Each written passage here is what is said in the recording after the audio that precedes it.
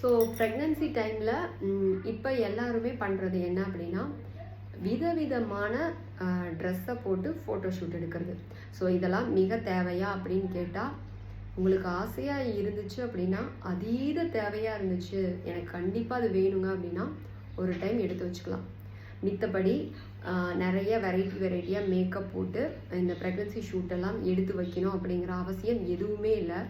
அந்த ஷூட்டுக்கெல்லாம் நீங்கள் ஸ்பெண்ட் பண்ணுற டைமையும் மணியையும் அதை விட மிக மிக வேல்யூவான உங்கள் குழந்தையோட எமோஷ்னல் கனெக்ஷனுக்கு கொடுங்க.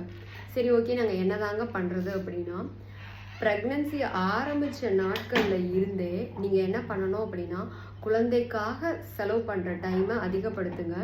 எப்படி அப்படின்னா, குழந்தை கூட பேசுறது, குழந்தைக்கு டைரி எழுதுறது, குழந்தைக்காக ஏதாவது ஸ்வெட்டர் இந்த மாதிரி மேக் பண்ணுறது, இல்லை நான் வந்து குழந்தைக்காக படித்து நிறையா நாலேஜ் எல்லாம் கெயின் பண்ணிக்கணும், ஒரு குழந்தை வளர்ப்புனா எப்படி, அதுக்கப்புறம் நான் எப்படி ஒரு அம்மாவாக இருந்தால் எப்படியெல்லாம் என்னை மாற்றிக்க விரும்புகிறேன் அப்படிங்கிற மாதிரி எல்லா ஒர்க்கையும் ஸ்கெடியூல் பண்ணி ஒன்று ஒன்றா செஞ்சு பாருங்கள். ஏன்னா இந்த வேலைகள் எல்லாம் ஏன் அந்த காலத்தில் செய்ய சொன்னாங்க அப்படின்னா, ஒரு ப்ரெக்னெண்ட்டாக இருக்கிற அம்மா அந்த தூக்கத்தில் கூட நினைவுகள் குறைவாக இருக்கிற தூக்கத்தில் கூட தான் ப்ரெக்னெண்ட்டாக இருக்கிறோங்கிறத தெரிஞ்சு படுக்கும்போது கூட ஒரு சைடாகவே படுத்து தூங்கணும்.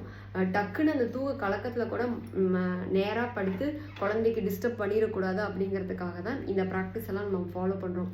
ஸோ இப்போ பார்த்தீங்கன்னா நிறைய பேர் வேலை காரணமாக இதை பற்றிலாம் நினைக்கிறதே இல்லை. ரொம்ப மெக்கானிக்கலாக வேலைக்கு போகிறது, ரொம்ப வந்து எப்படின்னா, இது வந்து எனக்கு பிடிக்கல, இது நல்லா இல்லை, அது நல்லா இல்லை, என்னால் ட்ரெஸ் போட முடியல, வெளியில் போக முடியல, எனக்கு அன்கம்ஃபர்டபுளாக இருக்குது, வாமிட் வர மாதிரி இருக்குது, தலை சுத்தலாக இருக்குது, உடம்புக்கு முடியல அப்படிங்கிற மாதிரி காரணங்கள்லாம் லிஸ்ட் டவுன் பண்ணக்கூடாது. அதற்கு பதிலாக ஆக்டிவாக இருக்கிற ருட்டீனை ஃபாலோ பண்ணால் ப்ரெக்னன்சி அப்படிங்கிறது மிக கடினம்லாம் இல்லை.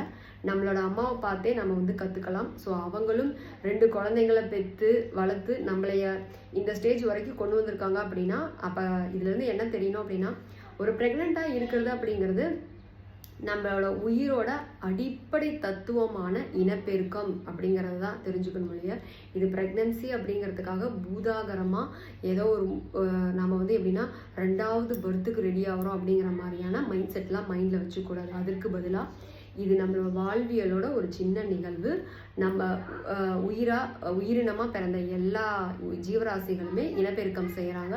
அதே போல் நாமளும் இனப்பெருக்கம் செய்கிறோம் அப்படிங்கிற தாட் தான் நம்ம மைண்டில் இருக்கணும். தேங்க்யூ.